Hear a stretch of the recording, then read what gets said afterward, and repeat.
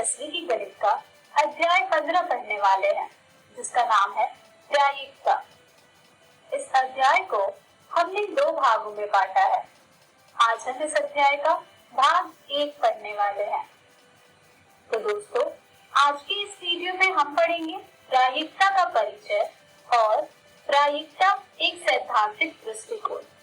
तो चलिए आगे बढ़ते हैं और शुरू करते हैं हम हमारा आज का भाग। तो दोस्तों, जैसा कि आप सब जानते हैं, परिचय में हम यह जानते हैं कि प्रायिकता होती क्या है।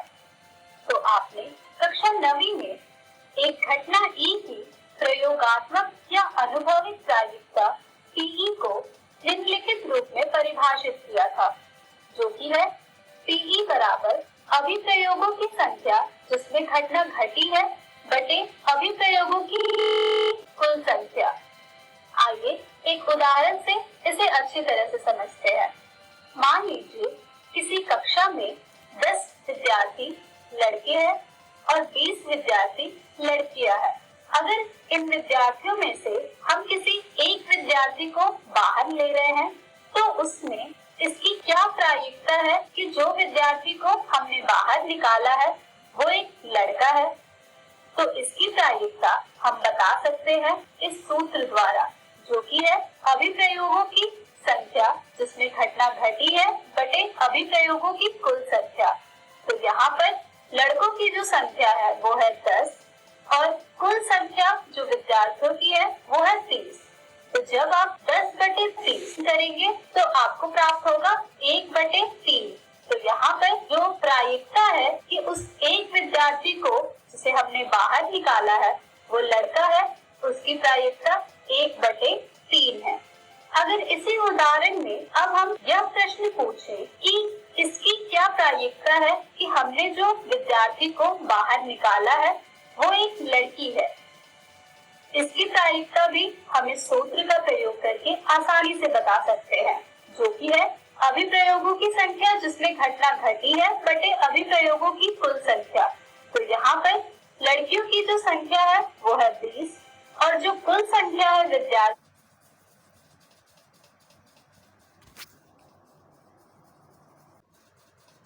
तो जब आप 20 बटे 30 को हल करेंगे तो आपको प्राप्त होगा 2 बटे 3 और यहाँ पर इस पूछे गए प्रश्न की प्रायिकता भी 2 बटे 3 होगी।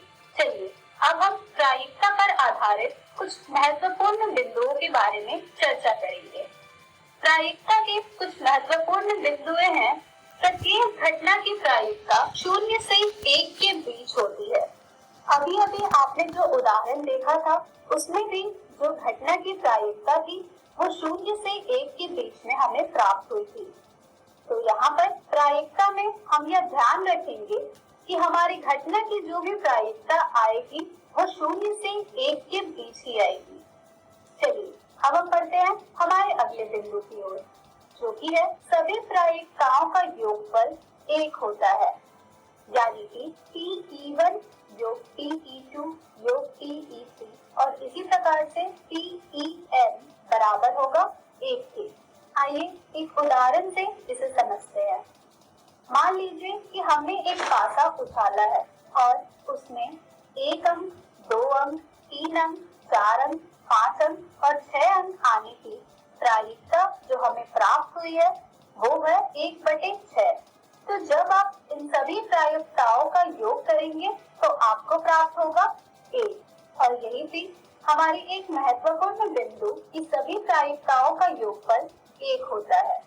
चलिए अब हम बढ़ते हैं हमारे अगले महत्वपूर्ण बिंदु की ओर, जो कि है घटना ई तथा ई नहीं, जिसे हम सूचित करते हैं ई पर दंड का चिन्ह लगाकर परस्पर पूरक घटनाएं हैं। तो यहाँ से हमें प्राप्त होता है कि किसी घटना ई की प्रायिकता योग किसी घटना ई नहीं की प्रायिकता बराबर होगी 1 से।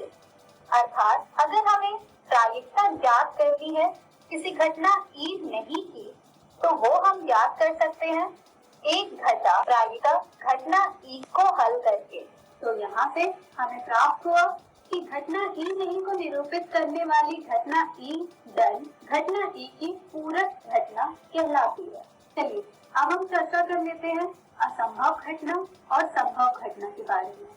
वह घटना जिसका घटित होना असंभव है, उस घटना को हम कहते हैं असंभव घटना। आइए एक उदाहरण देखते हैं। मान लीजिए कि हमने एक पासा को फेंका। अब उस पासे में 8 अंक आने की प्रायिकता क्या होगी? जाहिर सी बात है कि पासे में केवल 6 अंक होते हैं, 8 अंक होता नहीं है, इसलिए यह एक असंभव घटना है। इसी प्रकार से अब हम जानेंगे कि एक निश्चित घटना क्या होती है। निश्चित घटना वह घटना होती है जिसका घटित होना निश्चित है। अब अगर मैं आपसे ये पूछूं कि पासे में 7 अंक से छोटी संख्या आने की प्रायिकता क्या होगी? अब जाहिर सी बात है कि पासे में सभी अंक 7 से छोटे हैं, तो इसकी प्रायिकता 1 आएगी। तो यहाँ से हमें ये भी पता लग रहा है कि किसी निश्चित घटना के होने की प्रायिकता 1 होती है और किसी अनिश्चित अर्थात असंभव घटना होने की प्रायिकता 0 होती है। तो ये थे प्रायिकता पर आधारित कुछ महत्वपूर्ण बिंदु। चलिए अब हम बढ़ते हैं प्रायिकता एक सैद्धांतिक दृष्टिकोण की ओर। यहाँ पर हम अब उदाहरण का प्रयोग करके प्रायिकता को और अच्छी तरह से जानेंगे। स्क्रीन पर आपको एक तस्वीर दिख रही है जिसमें कि एक दरवाजे में आपको गेट दिख रहा होगा। तो यहाँ पर अगर मैं आपसे ये पूछूं दरवाजे पर गेट की होने की प्रायिकता क्या है, तो इसे आप किस प्रकार से बता पाएंगे? इसे भी आप उस सूत्र का प्रयोग करके बता सकते हैं, जो कि होता है P के अनुकूल परिणामों की संख्या बटे सभी संभव परिणामों की संख्या। तो यहाँ पर हमारे किसी घटना के अनुकूल परिणामों की संख्या है 1 और सभी संभव परिणामों की संख्या है 3। तो यहाँ से हमें जो इस घटना की प्रायिकता प्राप्त होगी वो हो जाएगा 1/3। चलिए अब हम बढ़ते हैं दूसरे उदाहरण की ओर। दूसरे उदाहरण में जैसा कि आपको दिख रहा होगा स्क्रीन पर कि एक बैग से 3 रंग की गेंद निकल रही है, हरी, नीली और लाल। हरे रंग की गेंद है यहाँ पर 5, नीले रंग की गेंद है यहाँ पर 4 और लाल रंग की गेंद है यहाँ पर 3। इस उदाहरण में हमने हरे रंग की गेंद को मान लिया है E1 जो कि है 5, नीले रंग की गेंद को मान लिया है E2 जो कि है 4 और लाल रंग की गेंद को मान लिया है E3 जो कि है 3। अब अगर यहाँ पर यह प्रश्न पूछा जाता है कि हरे रंग की गेंद प्राप्त करने की प्रायिकता क्या होगी, तो इसे हम किस प्रकार से ज्ञात करेंगे? इसे भी हम प्रायिकता के सूत्र द्वारा ज्ञात करेंगे, जो कि होती है घटना E1 के अनुकूल परिणामों की संख्या बटे सभी संभव परिणामों की संख्या से। तो यहाँ पर हमारी घटना के अनुकूल परिणामों की संख्या है 5 और सभी संभव परिणामों की संख्या है 12। तो यहाँ पर जो प्रायिकता हमें प्राप्त होगी हरे रंग की गेंद की वो हो जाएगा 5/12। इसी प्रकार से अगर मैं आपसे यह प्रश्न पूछूं कि नीले रंग की गेंद प्राप्त करने की प्रायिकता क्या होगी, तो वो भी आप इन्हीं सूत्र के द्वारा बता सकते हैं। उस सूत्र के द्वारा यहाँ पर प्रायिकता हो जाएगी नीले रंग की गेंद की 4/12 अर्थात 1/3। और इसी प्रकार से जब आप लाल रंग की गेंद की प्रायिकता प्राप्त करेंगे तो आपको प्राप्त होगा 3/12 अर्थात 1/4। तो इस तरह से आप पूछे गए प्रश्नों की प्रायिकता ज्ञात कर सकते हैं प्रायिकता के सूत्र का प्रयोग करके और इसे अच्छी तरह से समझ करके। चलिए अब इस पर आधारित कुछ और प्रश्न देखते हैं। अगर मान लीजिए यहाँ पर आपसे यह पूछा जाए कि हरे रंग की गेंद ना आने की प्रायिकता क्या होगी, तो इसे आप किस प्रकार से ज्ञात करेंगे? इसे भी आप ज्ञात कर सकते हैं सूत्र का प्रयोग करके, जो कि होती है 1 घटा हरे रंग की गेंद आने की प्रायिकता को हल करके। तो यहाँ पर हरे रंग की गेंद आने की प्रायिकता थी 5/12। तो यहाँ पर सूत्र में जब हमने यह प्रतिस्थापित किया तो हमें प्राप्त हो रहा है 1 घटा 5/12, जिसे हम हल करेंगे तो हमें प्राप्त हो जाएगा 7/12। तो इस प्रकार से हम यहाँ पर ज्ञात कर सकते हैं कि हरे रंग की गेंद ना आने की प्रायिकता क्या होगी। इसी प्रकार से आप नीले रंग ना आने की प्रायिकता भी ज्ञात करिए और लाल रंग ना आने की प्रायिकता भी ज्ञात कीजिए। चलिए अब हम बढ़ते हैं कुछ और उदाहरण की ओर। अब हम उदाहरण लेंगे पासे का। पासे में जैसे कि आप सब जानते हैं, आपको जो संख्या प्राप्त होती है वो होती है 1, 2, 3, 4, 5 और 6। यहाँ पर अगर मैं आपसे ये पूछूं कि संख्या 1 आने की प्रायिकता इस पासे में क्या होगी, तो ये आप किस प्रकार से बता पाएंगे? ये भी आप उस सूत्र का प्रयोग करके आसानी से बता सकते हैं। तो यहाँ पर संख्या 1 आने की अनुकूल परिणाम है 1 और यहाँ पर संभव परिणाम है 6। तो यहाँ पर 1 आने की प्रायिकता हमें प्राप्त होगी 1/6। इसी प्रकार से 2 आने की प्रायिकता भी हमें प्राप्त होगी 1/6।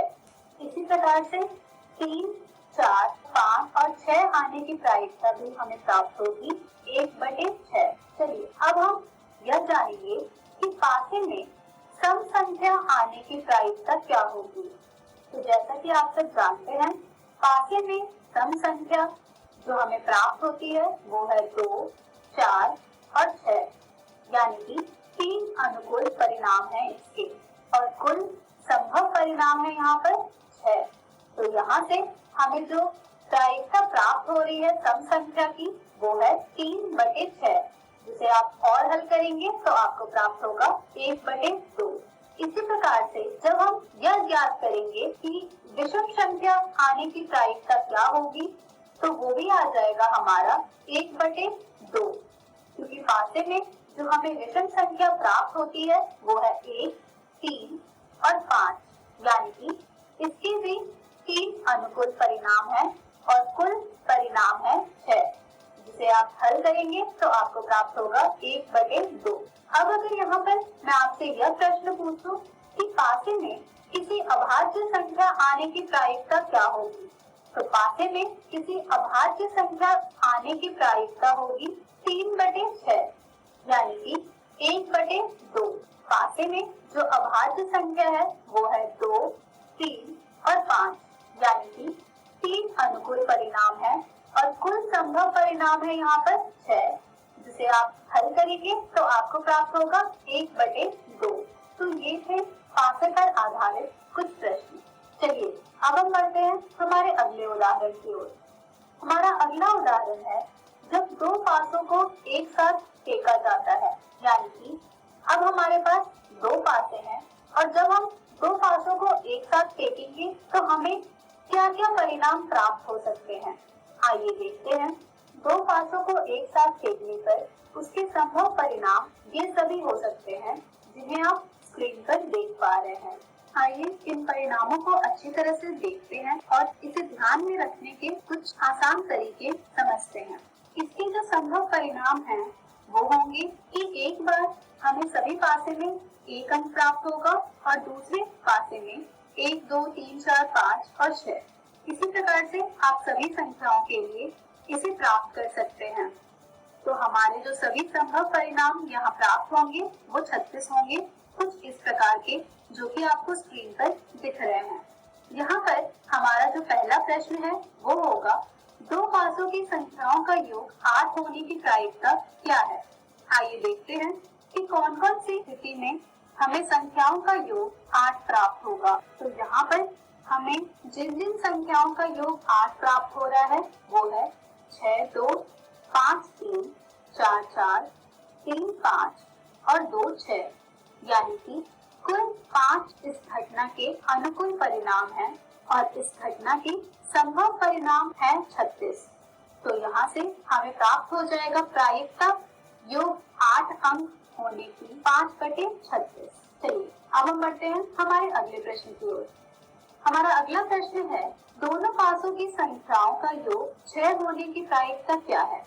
आइए देखते हैं। योग 6 होने की प्रायिकता बताने के लिए हमें सबसे पहले यह ढूंढना होगा यहाँ पर कि कौन कौन से इसके अनुकूल परिणाम हैं। तो जो अनुकूल परिणाम हमें प्राप्त हो रहे हैं वो है 5, 1, 4, 2, 3, 3, 2, 4, 1, 5। तो यहाँ पर कुल 5 अनुकूल परिणाम है संख्याओं का योग 6 होने के, और कुल संभव परिणाम है यहाँ पर 36। तो यहाँ से हमें जो प्रायिकता प्राप्त हो रही है योग 6 होने की, वो है 5/36। चलिए अब हम बढ़ते हैं हमारे अगले प्रश्न की ओर, जिसमें हमें ये बताना है कि कम से कम 3 आने की प्रायिकता क्या होगी। कम से कम 3 यानी कि कितने परिणाम ऐसे होंगे जिनमें 3 आ ही रहा होगा। तो वो परिणाम है 3-1, 3-2, 3-3, 3-4, 3-5, 3-6, 1-3, 2-3, 3-3, 4-3, 5-3 और 6-3। यानी कि कम से कम 1 3 आने की प्रायिकता जो हमें यहाँ पर प्राप्त हो रही है वो है 11/36। 11 है यहाँ कम से कम 3 आने की अनुकूल परिणाम, और यहाँ हमारा संभव कुल परिणाम था 36, जिससे कि कम से कम 3 आने की प्रायिकता हमें प्राप्त हुई है 11/36। तो इस तरह आप 2 पासों पर आधारित प्रश्न को भी आसानी से हल कर सकते हैं। अब हम सिक्कों पर आधारित उदाहरण हमारे अगले वीडियो में जानेंगे। तब तक के लिए आप इस तरह के प्रश्नों को हल कीजिए। तो दोस्तों, आज के इस वीडियो में हमने सीखा प्रायिकता का परिचय और प्रायिकता एक सैद्धांतिक दृष्टिकोण पर आधारित कुछ उदाहरण। हम हमारी अगली वीडियो में भी कुछ उदाहरण और देखेंगे प्रायिकता एक सैद्धांतिक दृष्टिकोण पर आधारित। तब तक के लिए इन सभी उदाहरण जो कि आपने इस वीडियो में सीखा है उस पर प्रश्न हल कर सकते हैं। धन्यवाद।